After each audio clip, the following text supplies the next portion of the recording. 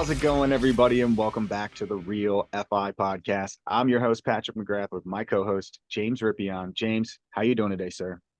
Good, man. I think we're going to have a great episode today. We have our friend Shawn McEnteer here with us, and he's going to be telling us a little bit about real estate, business, and everything that he's got going on. So without further ado, Shawn, why don't you go ahead and introduce yourself to our listeners? Tell us a little bit about what you got going on. Hey, absolutely. My name's Shawn McEnteer. I am a North Jersey house hacker. Been doing it since 2015. It is what got me my wife to financial freedom. And, we've been doing it for many, many years with 4 kids and 2 dogs. That's kind of our claim to fame. So anyone out there that has that hesitation of, oh, I can't be done for this reason or that reason, full-time jobs, you know the story. But yeah, we've been house hacking, and now we're at a place where we own multiple businesses through our properties, and we're continuing the journey. I was just going to say, why don't you elaborate on that a little bit? Let's go ahead and get into like what those multiple businesses are through your real estate. So give us a little bit of an overview with that. Yeah, absolutely. So my wife has a flooring company, which we leveraged our very first house hack, which was very nice purchase in a town called Summit, New Jersey. It was a $500,000 purchase. We put significant amounts of work into it, turned it into an $800,000 property. Now, oh my gosh, 8 years later, we're about $1.2 million property. So there was an opportunity with her family business to acquire shares of the company. Other individuals did not want to take the risks. They backed out. We saw an opportunity to take over, to acquire a loan, essentially.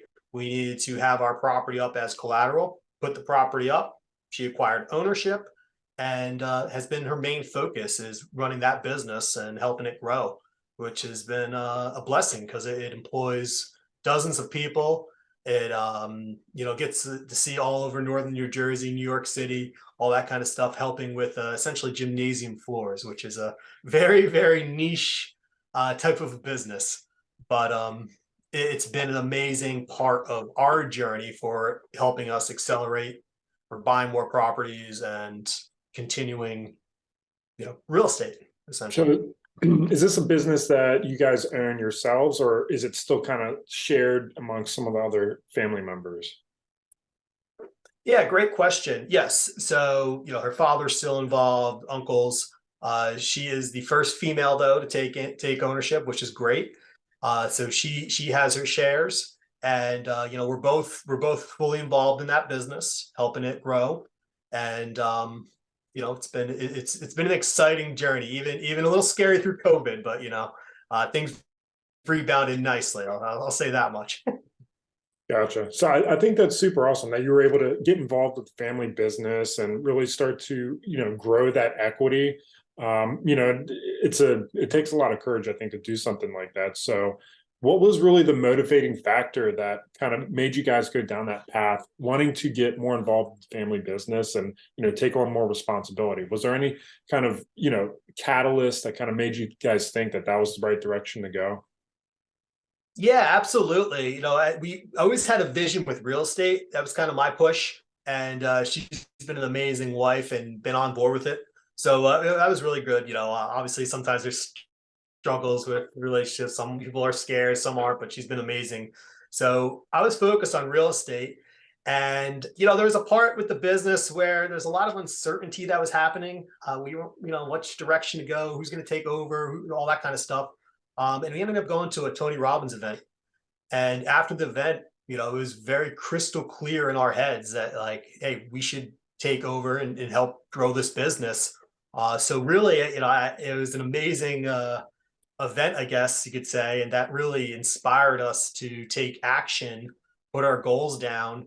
And, in a, let's say 6 to 8 month period later, we ended up acquiring the business, or portions of it, I should say.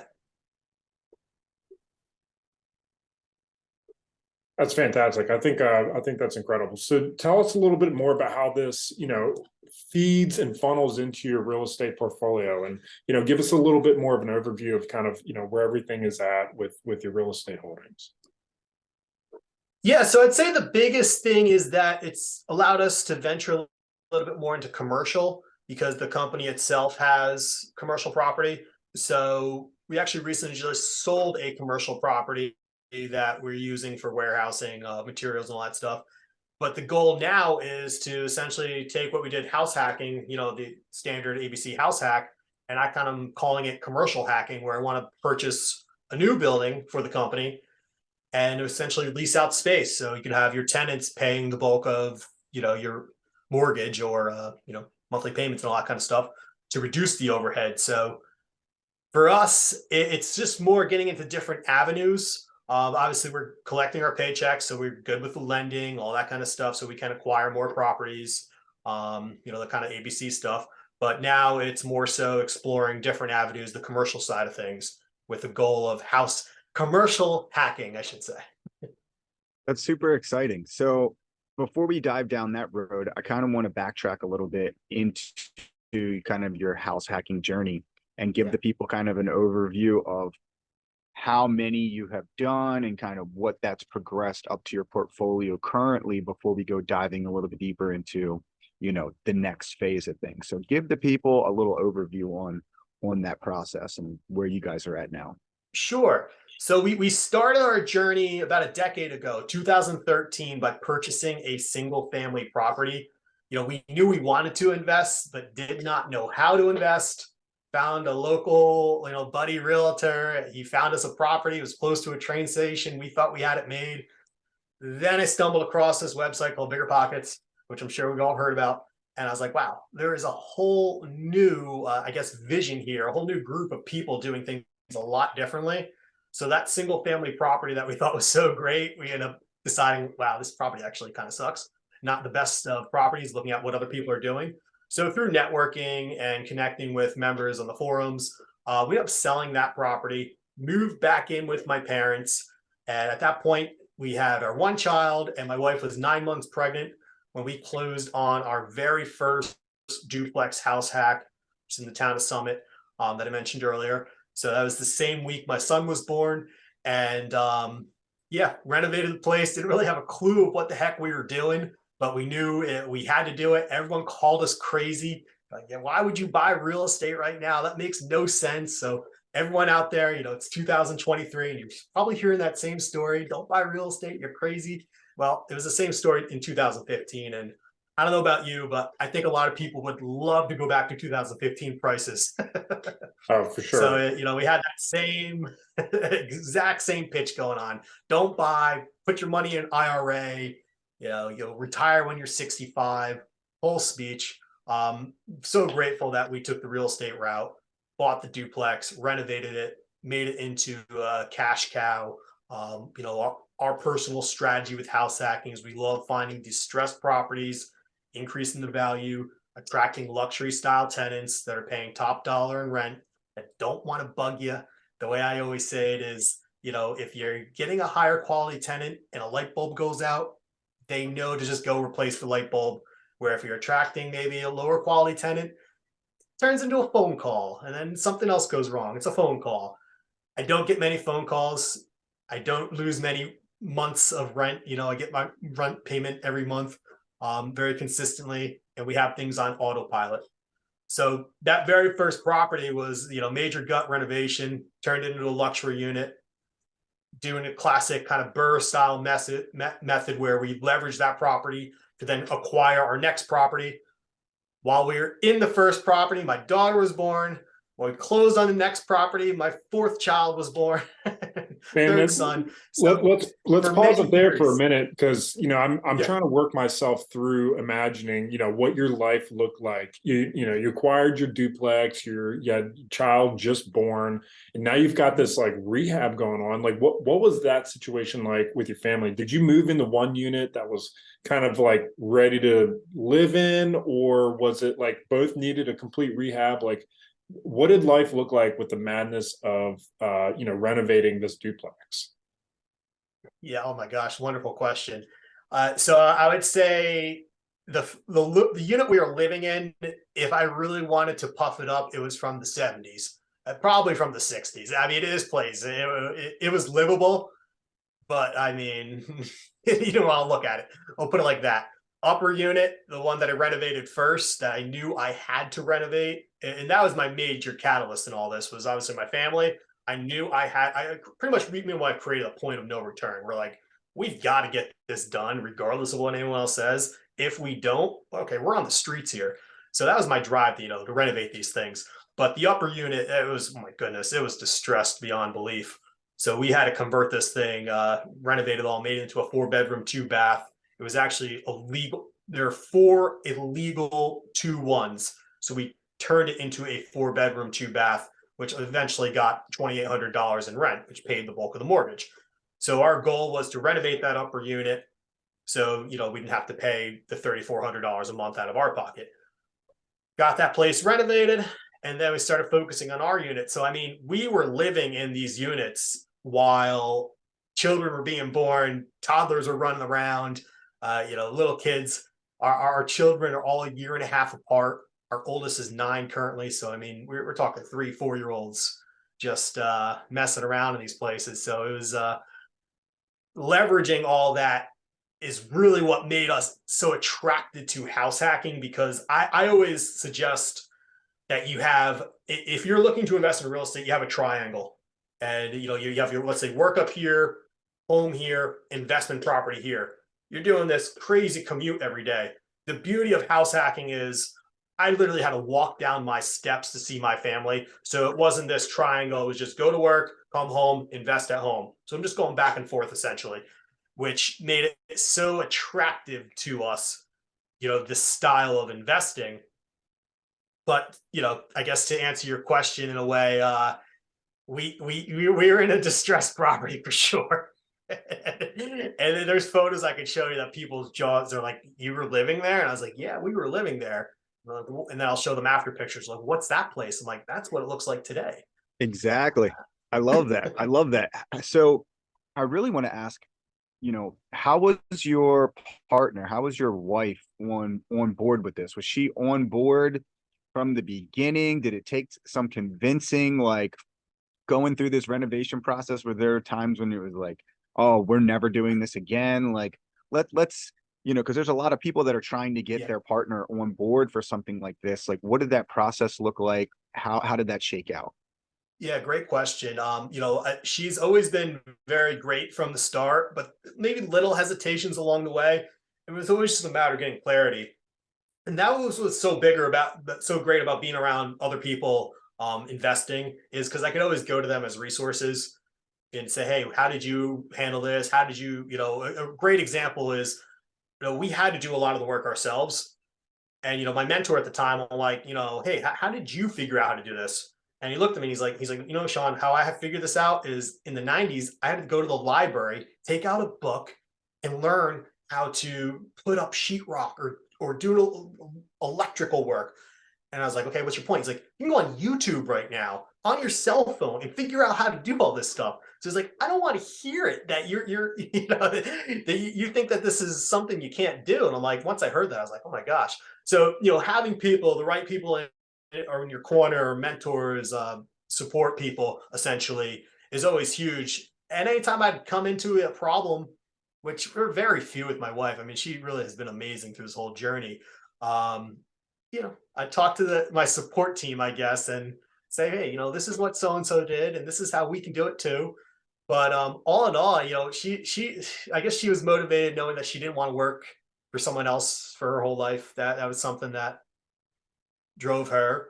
We were both very similar, and it's like, if we stay in this single family, that first property, we're working the rest of our lives in order to pay a mortgage, which, that wasn't appealing to us. So I'm with you. I remember I was cleaning out a house and I found this book from Home Depot. It was this big, huge orange book. And it was like 1, 2, 3, how to, whatever. And it just like page by page would give you all these random repairs and like things you could do to your house and like little improvements. And I'm like, wow, this is what people used to do. They literally had to learn things from a book if they didn't have someone that could otherwise teach them. So, we live in a day and age where, nothing is unfigure-outable. So YouTube's your best asset. I've been there too many times to fix my car, or, you know, do some sort of home project. So, you know, let's continue on this journey. So you've got this duplex, like you're battling the house hack, you know, you're keeping all the skeptics at bay with your new real estate journey. So like, where are you guys going after this? You got things stabilized.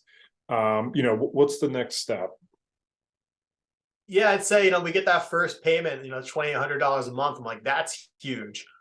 So currently we're paying about $3,400 a month, the mortgage. So now, and I guess backtrack a little bit, that very first property was further west from New York City. So I'm in northern New Jersey, right outside of New York City. That very first property, we'll say, was about an hour from New York City. The house hack, the $500,000 property, is now, let's say, about 35 minutes from New York City, much closer to New York City. That first property, let's say the mortgage was $2,300 a month.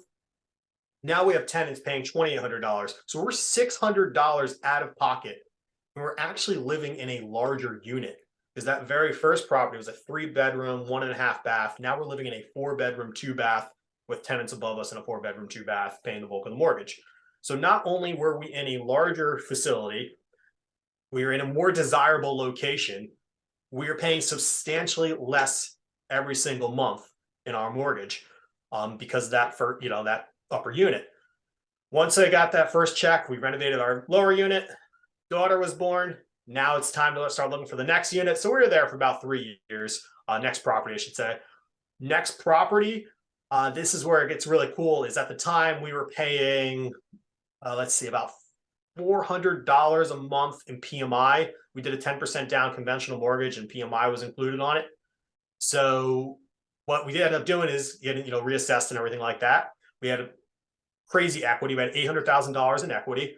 So now we were able to do a home equity line of credit, because we are above the 22% threshold. The PMI went away.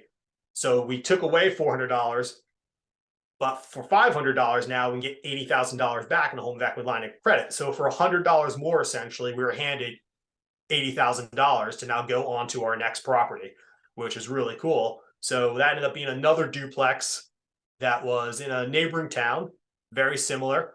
This time we had the systems done, because we did two, let's say, I guess 2 of everything, 2 kitchens, 4 bathrooms. So now we were able to knock this property out, where, initially took us 3 years. Now it took us about 3 months to do a very similar amount of work. And that was property number 2. And that one was, oh my gosh, about a week after my son was born. So I kid you not, for a couple of years, anytime I called a relative, it was a new house or a new child. And it's a new house this time. That's a new kid this time. That's amazing. That's amazing. So this second property, or third property, second house hack that you bought with your $80,000 HELOC, what was the purchase price on this one? How much did you have to spend on the renovation? So let's dive into that a little bit. Cool. So this is a $525,000 purchase. Ended up actually getting my parents on board now. That, at first they weren't on board, but they're like, hey, why don't you do the IRA thing? And once I showed them, well, I got $300,000 now in equity, and like, this is pretty cool, this is what's happening. They had a lot of confidence in us. So ended up purchasing the property, leveraging my dad's IRA, the IRA that he wanted me to invest in. So I ended up using that, because you get dirt cheap money on it, essentially, very low rates. So we bought it cash and then put a loan into it, just essentially just to purchase it. So we look better on our offer, essentially. So we purchased it with that money, then used the $80,000 to renovate, then put a loan onto the property, paid them back, and the rest is history. Let's see, a little bit about the property. Very similar as the first one. It needed updates big time. But what I loved about this one is the first floor unit was a 2-bedroom, 1-bath. And on Zillow, I think that the Zestimate was $1,600. But I'm like, I know there's neighboring, I'm a realtor as well. So I'm like, I'm looking at the details. I'm like, I can get a lot more money on this. I know we can break 2,500 if we do things a little bit differently. So what I loved about this property is 2 bedrooms with a walk-in pantry. And I'm like, what the like, who are these people? Who needs a walk-in pantry with a window? It makes no sense. So we ended up reconverting that walk-in pantry to a half bath, which drove up the rent. We ended up converting a sunroom into a bedroom. So now it's a 3-bedroom, 1.5 bath. Originally getting $1,600, we ended up getting rented for $2,500. At that time, we had the 4 kids now for sure, so we had to be in the upper unit. So having $2,500 coming out of or being paid every single month was a major savings. So now we had our property paying the bulk of both mortgages, our first property, or our first house hack paying the bulk of both mortgages. So we were cash flowing while we were living in property number 2. And then from there, I mean, we had the systems down. So in 9 months, we are on to the property that we're in right now, which is a live-in fix and flip. Oh wow, that's wild. So so you were able, I love the value add there on being able to see the opportunity. And this is one of the important things about knowing your market and also going and looking at everything. I think that there's huge importance of that, because a lot of the times when you're looking at these properties online, on Zillow and everything, you've got to be able to see to give you an edge up in the market.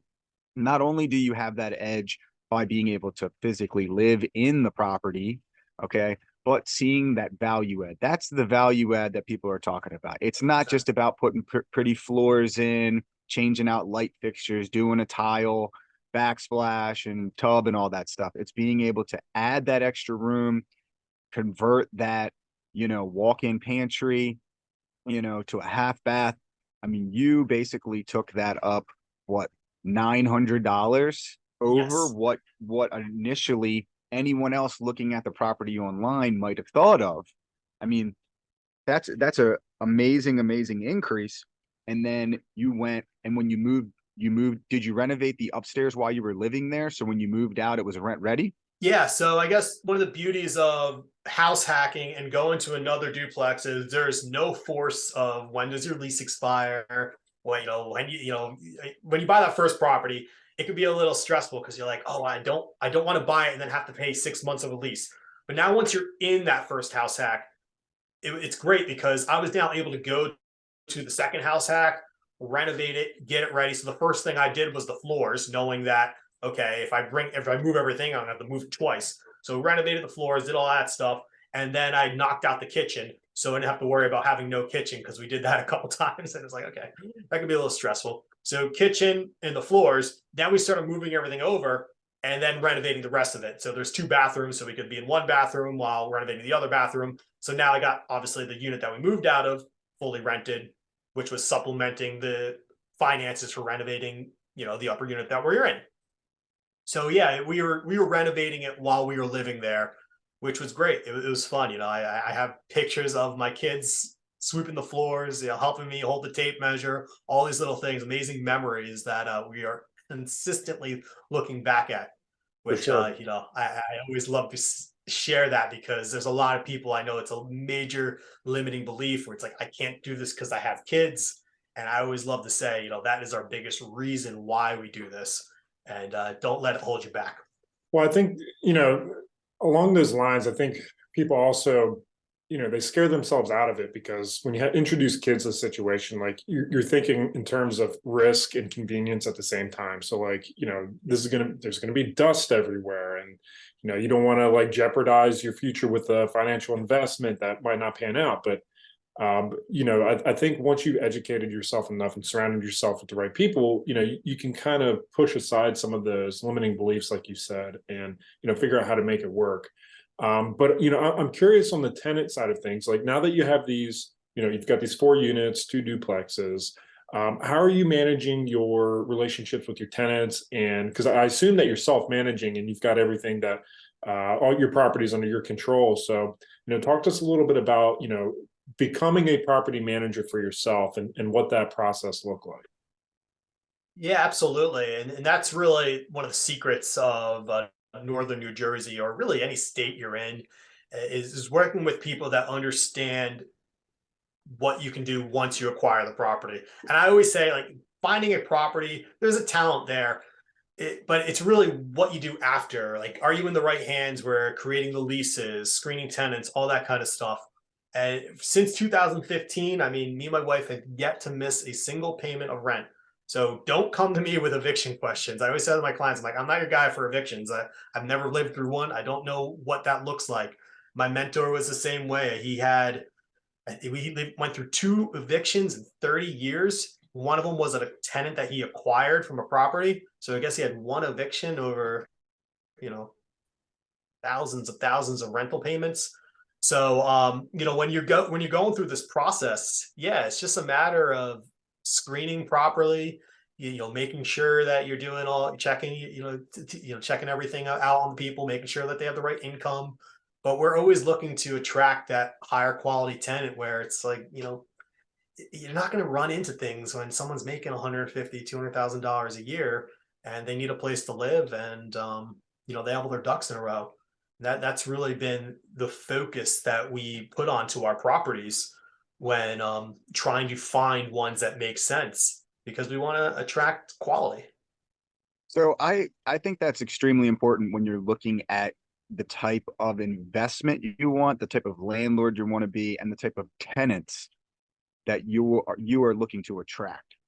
I think sometimes when you're first starting out, you get caught up on price. What can I afford? And then you try to backtrack it.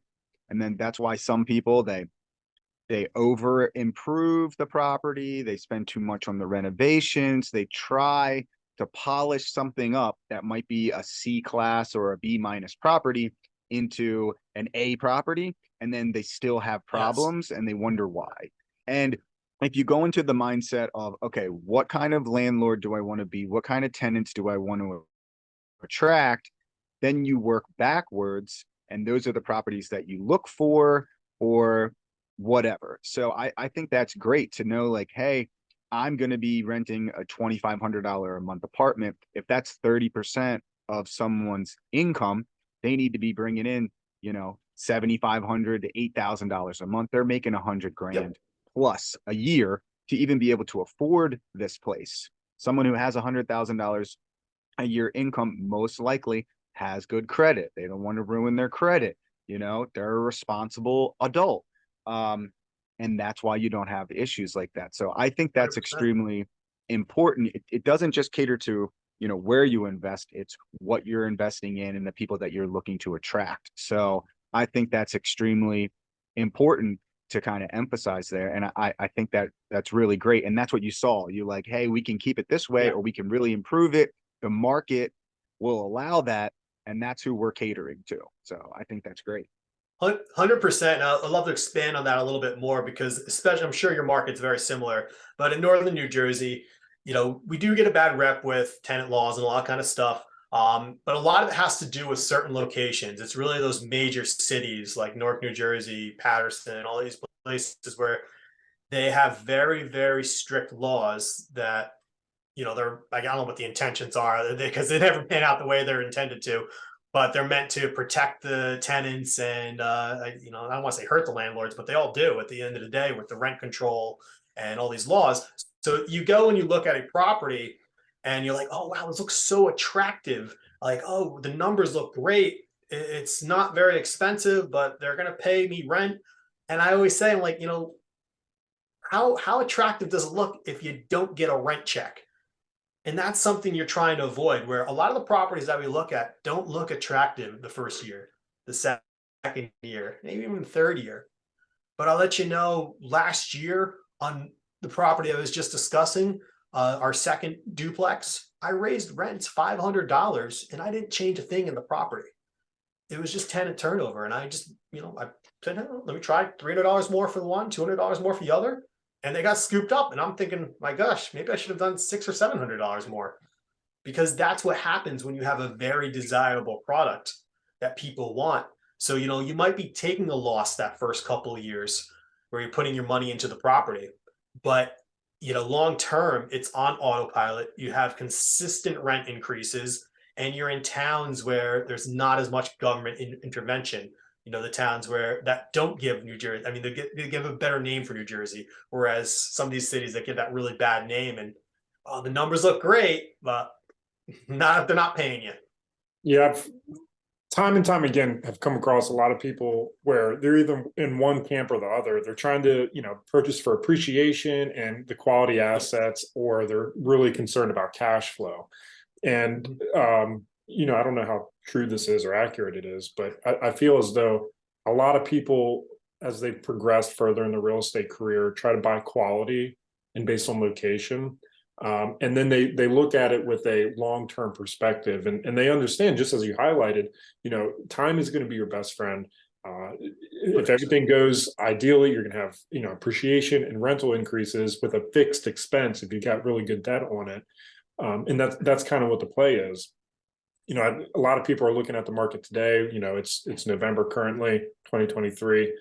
Rates are high, prices are high, and people are looking at it in a very short, looking at investing in a very short time frame, and not really seeing the bigger picture, which is, as long as the numbers make sense now and you're not going to bankrupt yourself, time is generally proven to be a really good friend of real estate investors. So, I think that's a very big lesson for people to learn. So let's continue on this journey. Like, you've got 2 duplexes now. Where is your investment portfolio going next? Ideally, I really am leaning towards the current property that we're in, potentially moving out or doing some form of bringing some form of income into it. Whether it's putting, I'm in a kind of wooded area right now, so very small town, very friendly town that it's a nice place to be.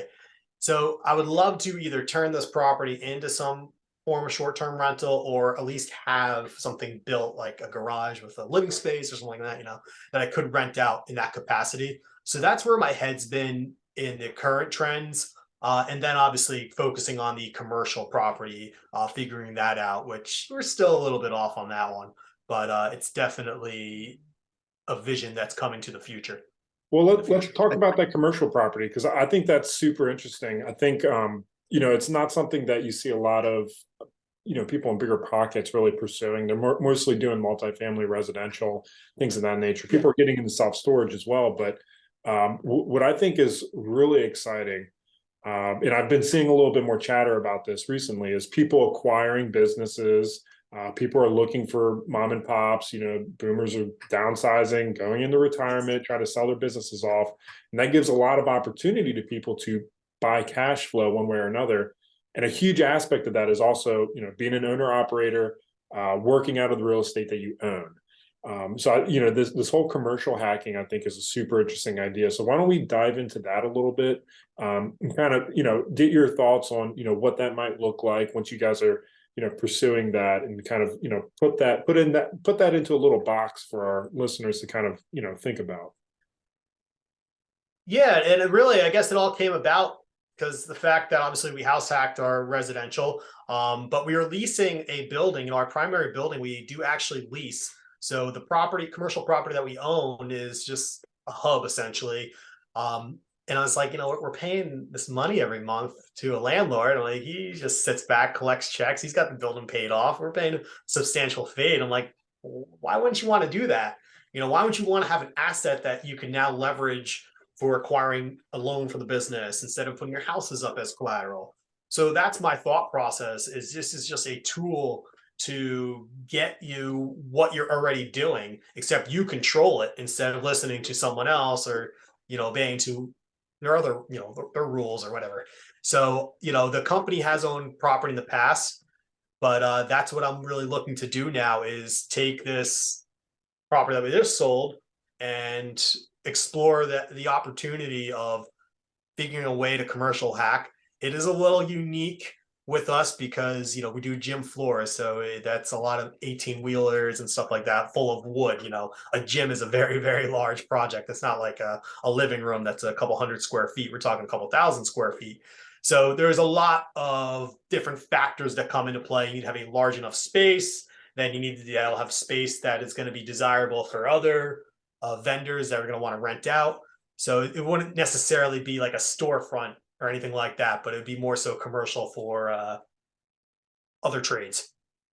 Exactly. So I got like a 2-part question. One is the current space that you're leasing, that building, large enough to where you might possibly go to the owner and ask to purchase that or do like a master lease Yeah. on that?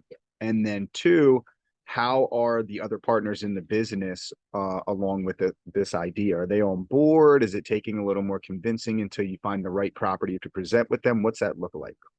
Yeah, so I guess the first part, that's something that we have pursued before, but personally, I wouldn't be against it just because ownership is ownership. I would want a larger space. I think we're too crunched at our location. We're doing heavy volume every year, lots of floor. So I mean, we need a larger area. So I think to answer that question, using the space that the owner is occupying would be enough, but then we wouldn't be able to lease it back to anyone. So I would ideally like to find a larger space.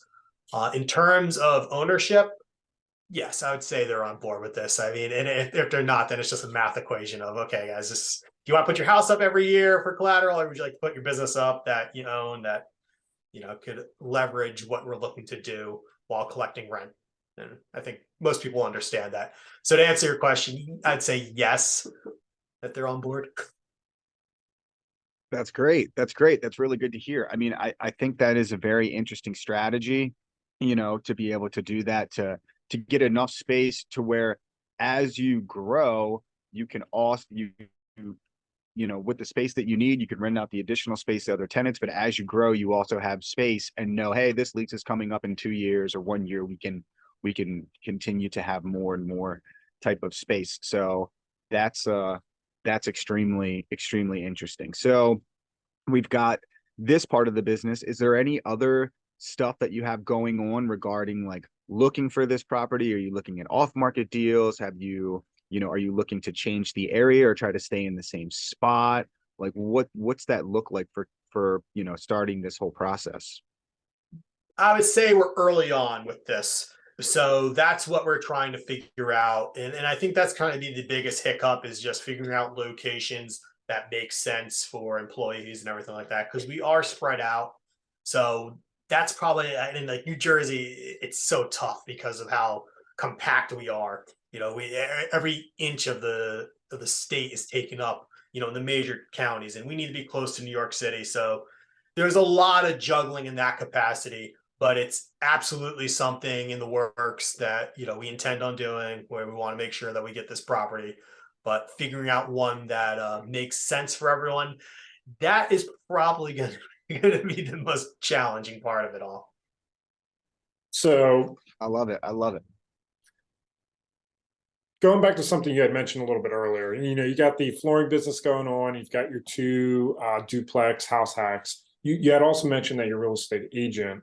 So, what are you doing in that capacity? And would you, for our listeners, recommend that they get a real estate license? Because I've had a couple people that I connect with who started out, they bought a couple investments, they got into it, and they really looked at being an agent as something that could help propel them forward with their investments. So, what are your thoughts with that? Do you think it's a worthwhile pursuit? And, just kind of give us your thoughts there. Yeah, absolutely. I love it. I actually encourage all the time, get your real estate license. Nothing wrong with that. That's why I got my license. I got it about 10 years ago now. Just because, I didn't really like what a lot of realtors were doing. Most realtors don't speak the investing language. So it's like, how do you go and figure out this stuff? Well, I was like, okay, maybe get my license. What that allowed me to do is then find other mentors and people that were investor friendly, and I would tag along with them. I kid you not, before we bought our first duplex, I saw probably 300 to 400 properties that were multifamilies, which puts me above 99% of the realtors out there, because most don't go into multifamilies. Very few of us consistently do that. So I was out there seeing hundreds of multifamilies before I actually purchased our first one, whether it was with one of my mentors or being that I had a license. I would literally just book times. And I'd just say, I'm going to go see this property. I'm going to see this property. I'm going to see, knowing I would never buy it in my wildest imagination. But I just wanted to see it and walk through it and look at what it possibly could be. So the license to me has been such an amazing tool where, getting access to the property, seeing them really fast, doing all that stuff. But then obviously the commission, it's like, our closing costs are paid for. In New Jersey, I always say the average this is probably about $10,000 in closing costs. Well, the commission on my second house hack was, I think, 13,000 or so. So, that's got the closing costs covered right there, which was pretty cool. So for me, it's worked out really good. And then obviously along the journey, I'm helping friends and family. I'd say my first 7 years as a realtor, didn't really do much production wise, sold a couple homes, but I wasn't putting myself out there. Past 3 years, I'm a full blown realtor now, where that's what I do. I help people get to financial freedom through house hacking, and it's been an amazing journey because I just solve problems for the people out there that want to do what we did essentially. So I'm a guide for them. So if you're looking to house hack in northern New Jersey, there's a good chance that we probably will run into each other at some point, and I just act as a guide. So really, that business started almost overnight because I was like, you know what, I've been doing this for so long. Why am I not just helping people? Exactly. So fortunately, because I had the license, that whole opportunity was able to happen. And the best part is now I train agents on how to be agents. I do it in multiple states around the country, always helping others grow. So getting a real estate license, yeah, I'm a big fan of that. I think that's important just to hear like that aspect of it, because I think that's one of the big things that a lot of people are looking at when they're thinking about getting their license as an investor, is that having the access to the market, being able to go see the properties first. But that big thing is not only just seeing the properties first, it's going and seeing all of the properties. So you have an understanding of the value that's out there, what can be done, the areas. You're driving around neighborhoods all the time.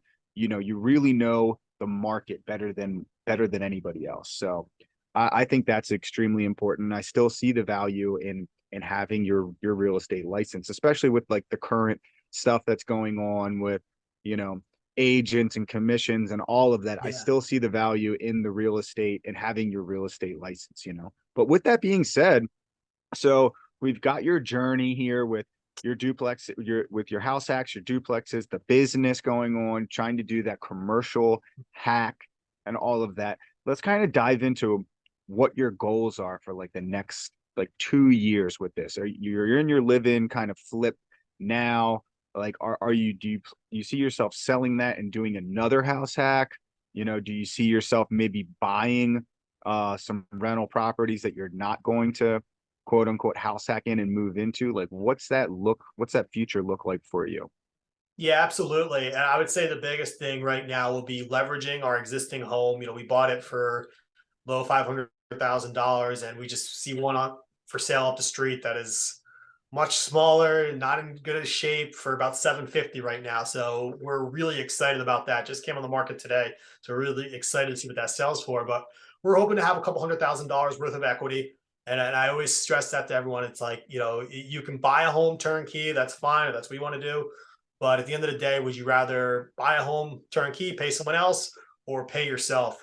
So I love finding distressed properties, adding the value to them, and doing it. So whether we sell this current property or leverage it to buy other properties, 100% in 2024, that is definitely the goal, is to leverage the property we are in right now, tapping into the equity or potentially selling it, and moving to another one in town. I'm not really scared about the rates. I think, whatever, the rates are the rates. They come down, they go up, they go down. That's not really a fear factor. But well, I guess the way I look at it is like, what would you rather do? Like, would you deny $300,000 or $400,000 in your pocket if another property came up in town that was distressed, and we just move the family in there and we have a good time? Heck, my kids are older now; they can really help me. So I actually really want to do that, to be honest. I like that. So, Shawn, you've been in it for a little bit of time now. You've taken some lumps, you've learned some lessons. Yeah.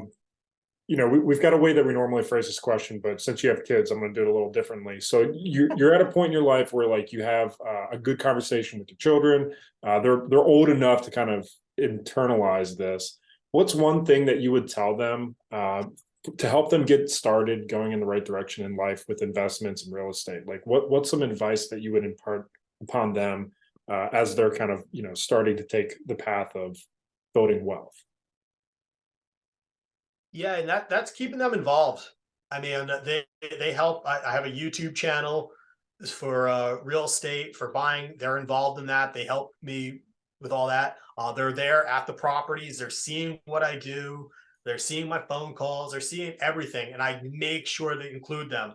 I will bring them on listing appointments. I will tell clients that I have kids. If that's a problem for you, I'm not your guy. So I incorporate them into the business. Are they there all the time? No. So I don't want to scare you clients away, but they are around, and I love making them part of it. My kids love going on showings, seeing properties, and they're just sitting there learning because I go with a flashlight. I point out things in homes that most people are not looking at, whether it's opening up a wall or finding, old school electric or things that are wrong with the property. So they're constantly getting that education. And then the advice that I give them is commitment and consistency. Just be committed and be consistent. Doesn't matter if you're good at it, doesn't matter, right now, as long as you're continually doing something on repeat consistently, you're going to get better. You're going to grow. Love sports, I like make sure my kids are doing sports because that's a huge aspect of commitment and consistency. You start, I'm very, very, very big soccer fan. You start not being able to kick a soccer ball, and then all of a sudden you're kicking. Now all of a sudden you're dribbling and scoring, and it all starts by going to practice every week, being part of the team, doing all that kind of stuff. So I think that's my that's advice to my important. kids. I think that's important to emphasize on is that consistency and knowing that it's going to take time, knowing that you're not going to be the best right off the get. I think so many people, they want that instant gratification that we're so used to with the TikToks and the Yes. Instagrams and the YouTubes. And you're seeing everybody's success. When someone goes on to my Instagram page, the first thing they see is, hey, we have $5 million in real estate or whatever it is. And it's like, oh, how long is it going to take me to get there? I want to get there right away. And same thing, like they for you started 10 years ago. It takes a decade. Yeah. Mike Zuber says this all the time, one rental at a time. He says you need to be consistently working for 10 years to get that overnight success. Yes. And that is the thing. It's just sticking to it. It's going out there, it's taking your lumps, it's knowing that some things aren't going to work out, but some things are.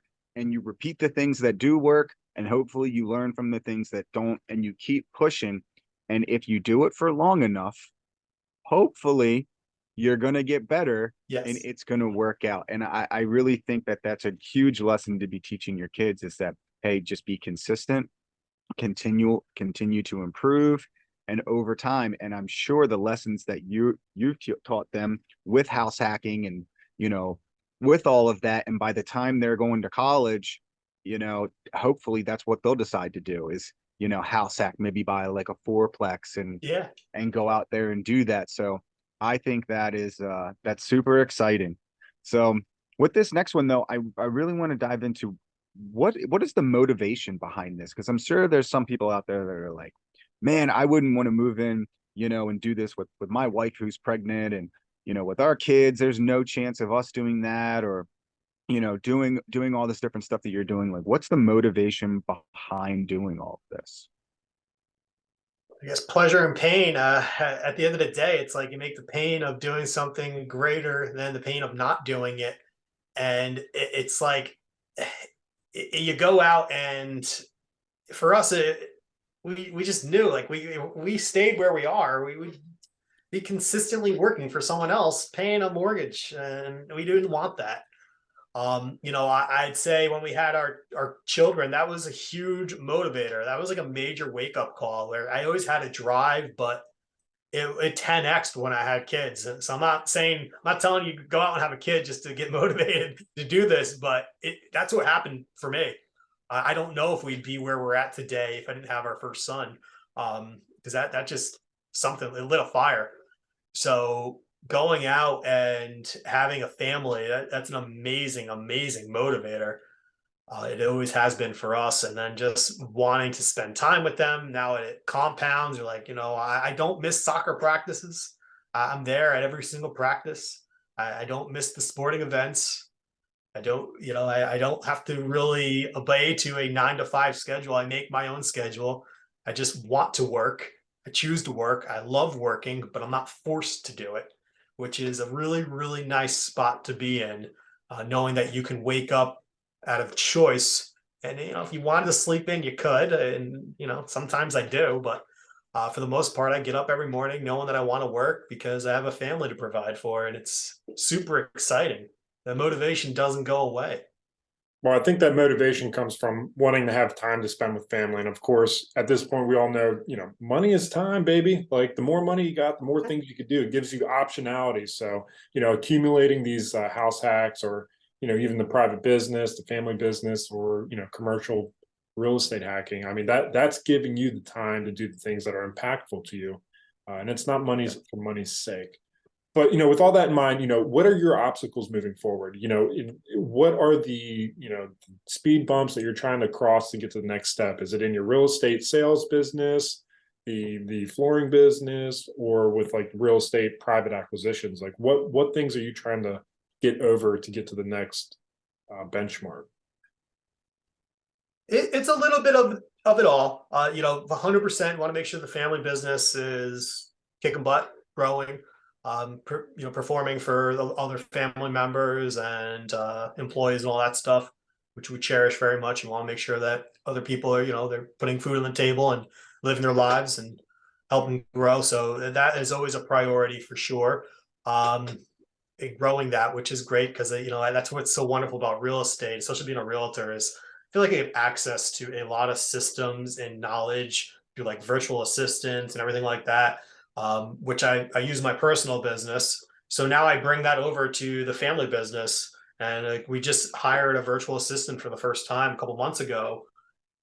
And it's a night and day difference. It's just amazing what we're seeing, how much easy the workflow is, how much more business is coming in just from one person. So now I'm just like always thinking, okay, where can we add another one and where can add another one because they do such great work. And that's all from being involved in the real estate business and then being involved in the family business. So we want to see all the businesses grow. Some of the hurdles that we'll run into is, it's a family business. So family business, a family business. You always have that hurdle. I don't think I need to go too deep there. But for the most part, they're all really good people. But it's family business. It speaks for itself. And then the personal real estate business, I'd say I have a very, very good lead source. We're leveraging forums and everything where a lot of people come to me looking for house hacks. So I'm constantly out there finding multifamily properties. I'm kind of the go-to agent in Northern New Jersey for that. So now it's just a matter of building another system, essentially a lead funnel for expanding real estate team. And that's where I'm diving in with YouTube now very heavily, working those algorithms, growing the lead funnel there. Because believe it or not, a lot of these house hackers, they don't want to do it for the rest of their lives. And they're like, Shawn, well, I want to buy that single family. I want to buy that forever home. So what's my solution? A YouTube channel, I guess. And now I can tour New Jersey, showing you this town, this town, this town, and everything else in between. So not that that's a hurdle. It's actually really fun. I've been loving it. Right before this, I just had a coaching call with my YouTube coach, and I'm excited every week. It's like I've been doing it now for a couple months, 3 months, and it's like that first week when you start something, you're super excited. I always say, like, I don't care what you do on day one or the first week. I want to see where you're at a month from now. Do you have that drive? Well, the drive is there, and I'll tell you, if you guys, I'm sure you're into YouTube, but it's fun. It really is fun. So that's been my big focus right now. And then always looking to acquire more properties. I think that's awesome, man. I really do. I think those aren't really obstacles. Those are just things that you're going to have to consistently deal with. And I love how you said that they're not really obstacles. They're just challenges that need to be overcome on a daily basis. And that's extremely important. So, man, I know this episode has been packed. I'm really inspired by your story.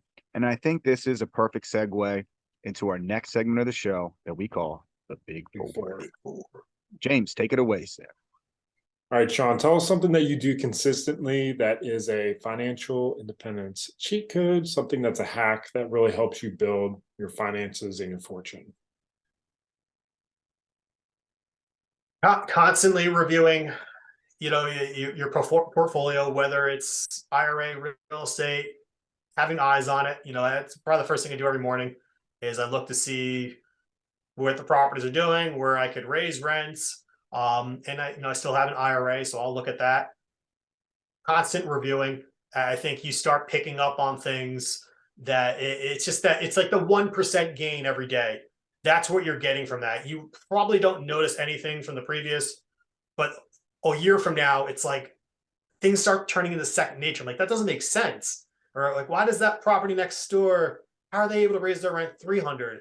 I'm much larger. I should be 400, So you start picking up on these things. I'd say consistently reviewing your assets, whatever they are, real estate or businesses or, finance or IRA, whatever. Solid, definitely solid advice right there. And that's something that I'm doing right now. It's getting close to the end of the year, so I'm reviewing everything, going through, looking at all my leases, just renewing all of that stuff. So I think that's solid advice for everyone out there. All right, we call this next one resources. So are there any particular books, podcasts, people that have really influenced, your business mindset, your personal mindset, your real estate mindset that maybe our listeners haven't heard of, that have been motivated you, that they should know about? Yeah, the first one was Tony Robbins. That was huge. I would say, people have probably heard of him. I hope you have. If you haven't, I mean, that's kind of weird. He's right up there. But going to one of his events absolutely changed my life. That was always great. So anytime you have an opportunity to see him live, I would take it, definitely. Books wise, my go to for many years was the Obstacle Is the Way by Ryan Holiday. I would listen, I would read to it on repeat, especially during that first house hack. I kid you not, anytime I got in trouble, I'm like, I don't know what to do next. I would just put the book on and I was just like start sweeping the floor or doing like the smallest project. And then it would turn into putting a sheetrock up or painting a wall or buying cabinets. What it would just turn into this massive project. So from that, I kind of came up with this idea of just anytime you're stuck, just do 15 minutes of something. And then I'd commit to that every day on that first house hack. It was just I had to do 15 minutes of work regardless of what regardless of what I had to do, whether it was Christmas morning or the middle of the summer, it didn't make a difference. I got to do my 15 minutes, and that would turn into hours upon hours. And that's not necessarily from the book, but because I was listening to the book, and I would just get motivation, think differently, take action, type of stuff. I kind of made that little formula. So that's my little hack there. And then give and take. That's a huge one. Huge book right now. I forget the author on that one, but I kind of make my YouTube channel based on that. Just give, continually give until people are just like, all right, well, what am I doing? I gotta work with this guy. He knows what he's talking about. I gotta listen to this podcast, whatever it is. And like these guys keep giving. You guys are givers. I love being around givers. So that's a great book. It's been very influential. Well, I like your point about doing at least 15 minutes a day, because I think a lot of what it comes down to is consistency, but also momentum. Because the moment you let off the gas, Yes. man, that's when things fall apart. You go one day without taking action, and then you're like, oh shit, when's the last time I did that? And then all of a sudden it's a month later, you haven't been following up on your funnel. So I think that's a good lesson. Mm-hmm. Before we do our third question, I got one really quick one for you. Describe the energy of a Tony Robbins event, man. Like what was that like? Just like really quick, like what's it like to go to one of those events?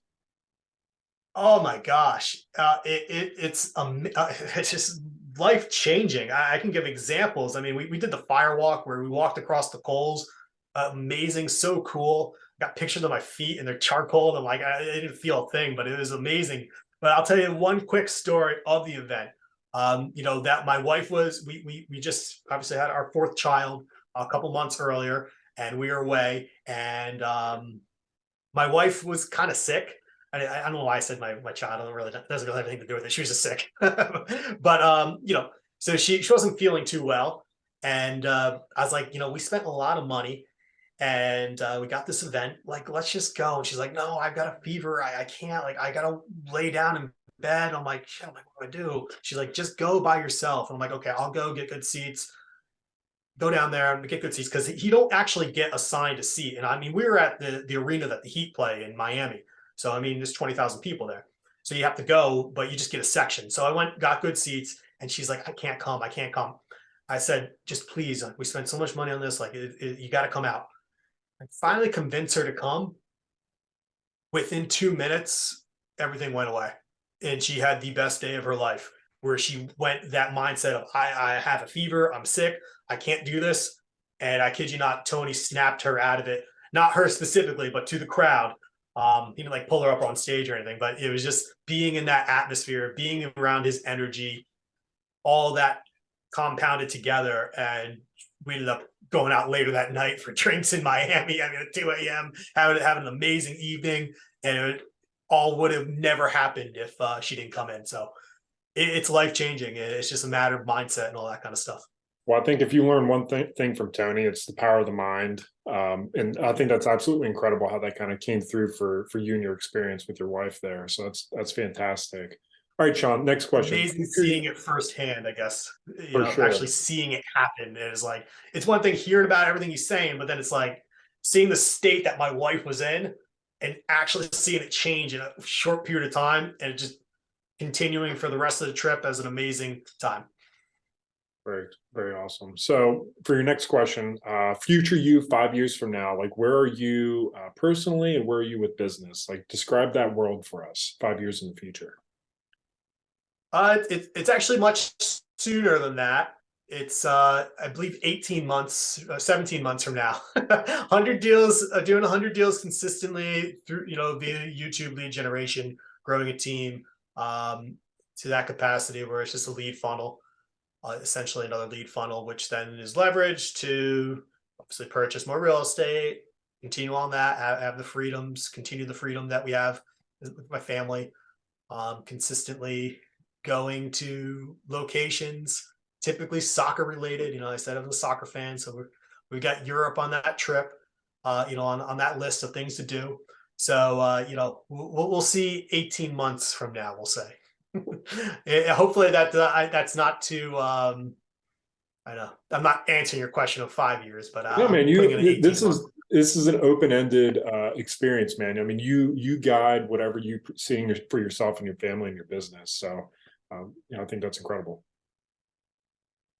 Yeah, I love that. I love that. The 18-month window. You're like, 5 years, there's so much time. Let's shorten that up. Here's what I'm going to accomplish in that amount of time. So I think that's great. So our last question is, where can people follow you? Where can people check out your YouTube channel? Connect with you, follow along on the journey, reach out if they're looking for a house hack, want to follow along on the YouTube channel. Like, where's the best place for people to connect with Shawn? Awesome. So Instagram and YouTube, it's Shawn Sells NJRE. That's SHAWN, Sells NJRE. And then the YouTube channel is Living in North Jersey. Living in North Jersey. Well, for all you listeners out there, make sure to go give him a follow on Instagram, subscribe to his YouTube channel, all of that good stuff. And with that, you guys know the drill. If you like episodes like this, we try to bring them to you each and every week that motivate, educate, and hopefully inspire you to go out, decide, commit, take action, and crush your goals. But the first step to that is to make sure that you share this podcast, share this episode, share the podcast, leave us a review if you haven't already. Subscribe to YouTube so we can continue to grow our listener base, to expand and help guide more people to reaching financial independence. That's what this podcast is all about. And with that, we'll catch you guys next time. See ya. See you guys. Thank you for listening to the Real FI podcast, where you learn from the investors that have lived the hard lessons for you. To connect with us during your pursuit of financial independence, be sure to join our community by following us on Instagram or emailing us at info@therealfi.com. If this content made you financially, mentally, physically, or spiritually richer, please make sure to leave us a positive review on your preferred content platform. Cheers to kicking the 9 to 5.